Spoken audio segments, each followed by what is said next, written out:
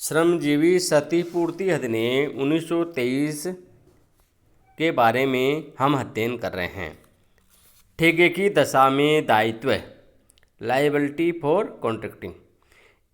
श्रमजीवी क्षतिपूर्ति अधिनियम के अनुसार श्रमिकों की क्षतिपूर्ति का दायित्व सेवा आयोजक का होता है, किंतु कभी कभी सेवा आयोजक स्वयं श्रमिकों की नियुक्ति करके कार्य नहीं करवाता है, बल्कि ठेकेदारों के माध्यम से कार्य करवाता है।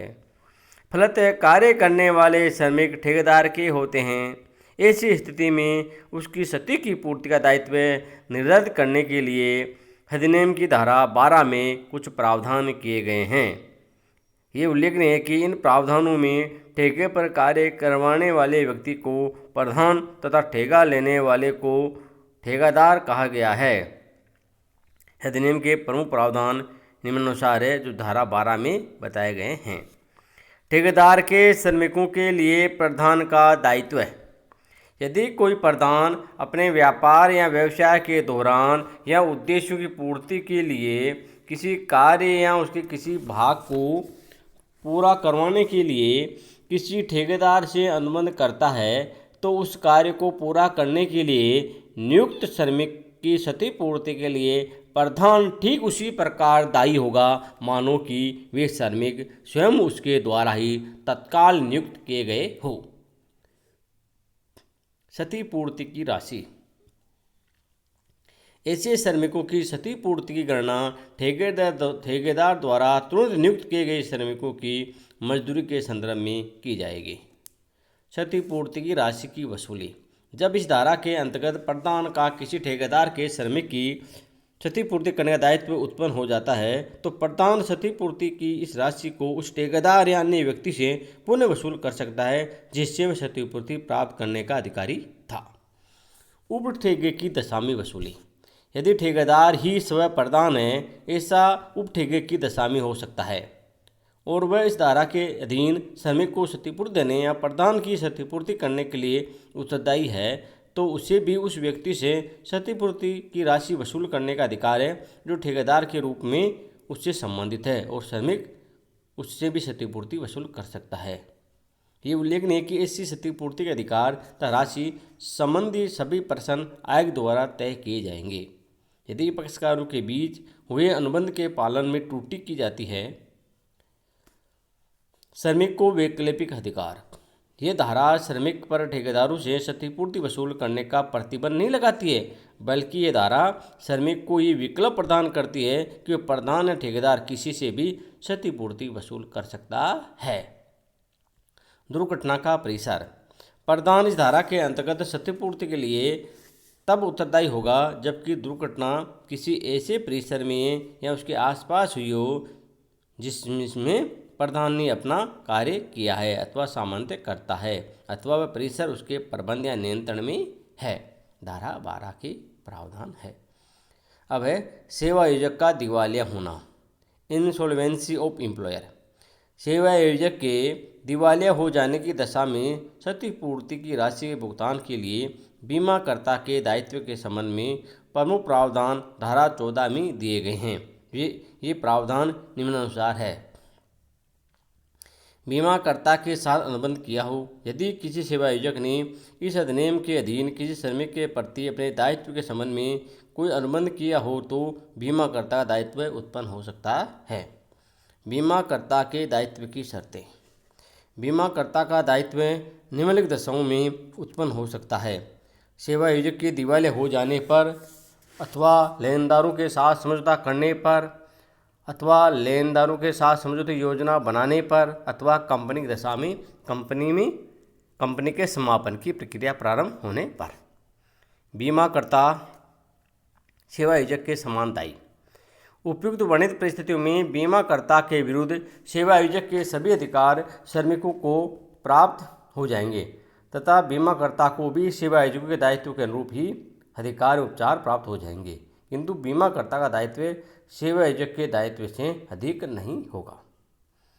बीमाकर्ता का दायित्व कम होने की दशा में क्षतिपूर्ति। यदि बीमाकर्ता का दायित्व सेवा आयोजक के श्रमिक के प्रति दायित्व से कम है, तो वह इस कमी की सेवा आयोजक के दिवालिया या समापन प्रक्रिया में प्रकट कर सकता है। इस दशा में वह सेवा आयोजक के लेनदारों में सम्मिलित हो जाएगा। बीमा अनुबंध व्यर्थ या व्यर्थहीन होने पर, यदि सेवा आयोजक तथा बीमाकर्ता के बीच किया गया अनुबंध प्रीमियम के भुगतान न करने के कारण के अतिरिक्त किसी कारण से व्यर्थ या व्यर्थनीय हो जाता है तो भी इस धारा के लिए अनुबंध व्यर्थ या व्यर्थनीय नहीं माना जाएगा। दूसरे शब्दों में, बीमाकर्ता श्रमिक के प्रति उत्तरदायी होगा, किंतु ऐसी दशा में बीमाकर्ता श्रमिक की क्षतिपूर्ति राशि को दिवालिया समापन कार्रवाई में सिद्ध कर सकेगा। दुर्घटना या अयोग्यता की सूचना पर बीमाकर्ता का दायित्व। इस धारा के अंतर्गत, यानी धारा 14 के अंतर्गत, बीमाकर्ता का दायित्व तभी उत्पन्न होगा जबकि दुर्घटना होने और उससे अयोग्यता उत्पन्न होने सूचना दिवालिया समापन की प्रक्रिया प्रारंभ होने की जानकारी के बाद शीघ्र बीमाकर्ता को दे दी हो। क्षतिपूर्ति की राशि को पूर्वाधिकार ऋण मानना। इस अधिनियम के अधीन क्षतिपूर्ति के रूप में देय राशि को प्रांतीय दिवालिया अधिनियम या महानगरीय दिवाला अधिनियम या कंपनी अधिनियम के अधीन पूर्वाधिकार लेनदारों की सूची की राशि में जोड़ी जाएगी यदि वह राशि दिवाला आदेश जारी करने या समापन प्रक्रिया प्रारंभ होने की तिथि से पूर्व देय हो जाती है। इसके परिणामस्वरूप ऐसी क्षतिपूर्ति का भुगतान साधारण लेनदारों से पूर्व किया जाएगा। अर्धमासिक भुगतान का एकमुश्त भुगतान। यदि किसी श्रमिक को अस्थायी अयोग्यता के लिए अर्धमासिक भुगतान किया जाता है तो उसे इस धारा के अंतर्गत एकमुश्त भुगतान में बदल दिया जाएगा। इस राशि के निर्धारण के लिए आयुक्त का प्रमाण पत्र अंतिम रूप से मान्य होगा। बीमाकर्ता द्वारा व्यर्थ अनुबंध के अंतर्गत प्रदत्त राशि की भी पूर्वाधिकार ऋण।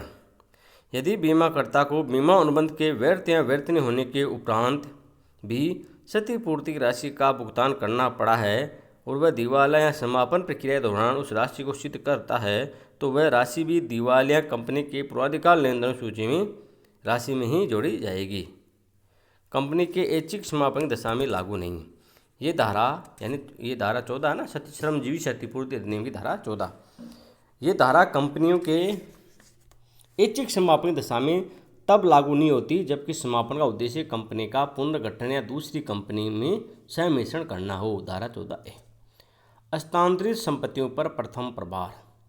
यदि किसी सेवा आयोजक ने क्षतिपूर्ति की राशि देय होने से पहले ही अपनी अचल संपत्तियों को हस्तांतरित कर दिया हो किंतु क्षतिपूर्ति का दायित्व हस्तांतरण से पूर्व उत्पन्न हो गया हो तो उस क्षतिपूर्ति की राशि तक उस हस्तांतरित अचल संपत्ति पर प्रथम प्रभार होगा। धारा 14A। क्षतिपूर्ति का प्रतिवेदन। Returns as to compensation. राज्य सरकार राजपत्र में अधिसूचना जारी कर ये निर्देश दे सकती है कि प्रत्येक सेवा आयोजक या सेवा आयोजकों का कोई विशिष्ट वर्ग एक प्रतिवेदन किसी निर्दिष्ट प्राधिकारी के समक्ष किसी निर्धारित समय पर प्रस्तुत करेगा। ऐसे प्रतिवेदन में निम्नलिखित बातों के उल्लेख की व्यवस्था की जा सकती है। प्रतिवेदन की अवधि, पिछले वर्ष में चुकाई गई क्षतिपूर्ति की राशि, उन चोटों या क्षतियों की संख्या जिनके संबंध में पिछले वर्ष में क्षतिपूर्ति का भुगतान किया गया हो, राज्य सरकार द्वारा निर्दिष्ट किसी भी अन्य विषय पर विवरण। धारा 16। अनुबंध द्वारा मुक्ति व्यर्थ। Contracting out board. यदि कोई सेवा आयोजक अपने किसी श्रमिक से कोई ऐसा अनुबंध करता है जिसके द्वारा वह इस अधिनियम के अंतर्गत अपने अधिकारों को त्याग देता है तो अनुबंध उस सीमा तक व्यर्थ है जिस सीमा तक वह किसी व्यक्ति के क्षतिपूर्ति चुकाने के दायित्व को समाप्त या कम करता है। धारा 17। दंड पेनल्टीज। निम्नलिखित में से किसी भी प्रकार की त्रुटि करने वाले किसी भी व्यक्ति को 5,000 रुपये तक के जुर्माने से दंडित किया जा सकता है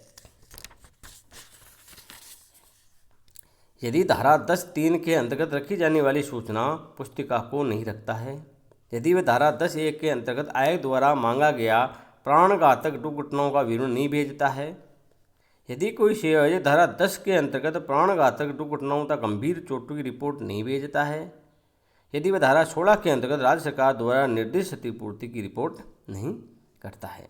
इस धारा के अंतर्गत कोई भी व्यक्ति आयुक्त की पूर्व अनुमति के बिना कोई भी अभियोग प्रस्तुत नहीं कर सकेगा तथा कोई भी न्यायालय इस धारा के अधीन किसी भी अपराध का संज्ञान तब तक नहीं करेगा जब तक कि उस कथित अपराध की शिकायत जानकारी में आने के 6 महीनों में आयुक्त को न कर दी गई हो। धारा 18 आयुक्त एवं उसकी नियुक्ति, कमिश्नर एंड हिज अपॉइंटमेंट।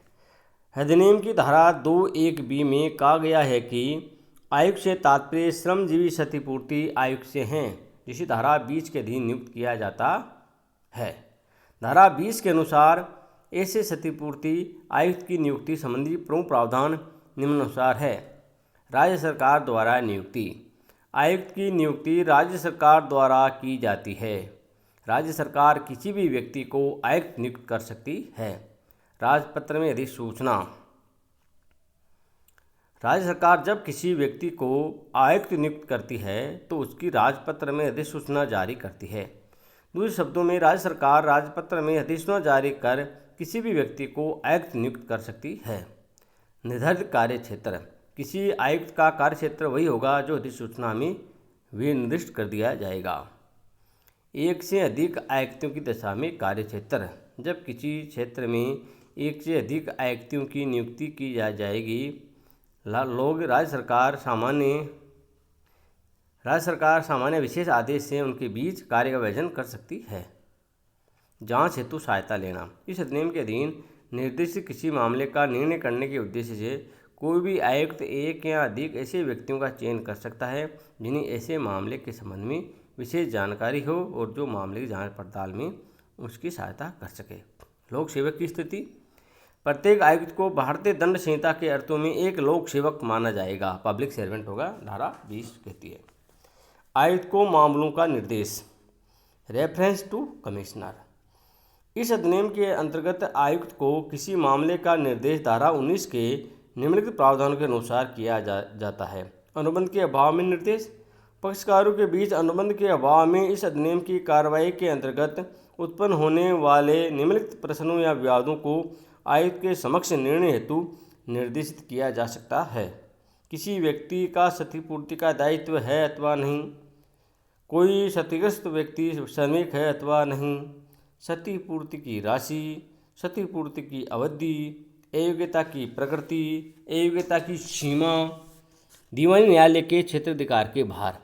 इस अधिनियम के अंतर्गत जिस मामले की सुनवाई, निपटारा, निर्णय या किसी दायित्व का परिवर्तन किसी आयुक्त के द्वारा किया जाता है तो उसकी सुनवाई, निपटारा, निर्णय करना किसी भी दीवानी न्यायालय के क्षेत्राधिकार में नहीं होगा। धारा 19। धन्यवाद।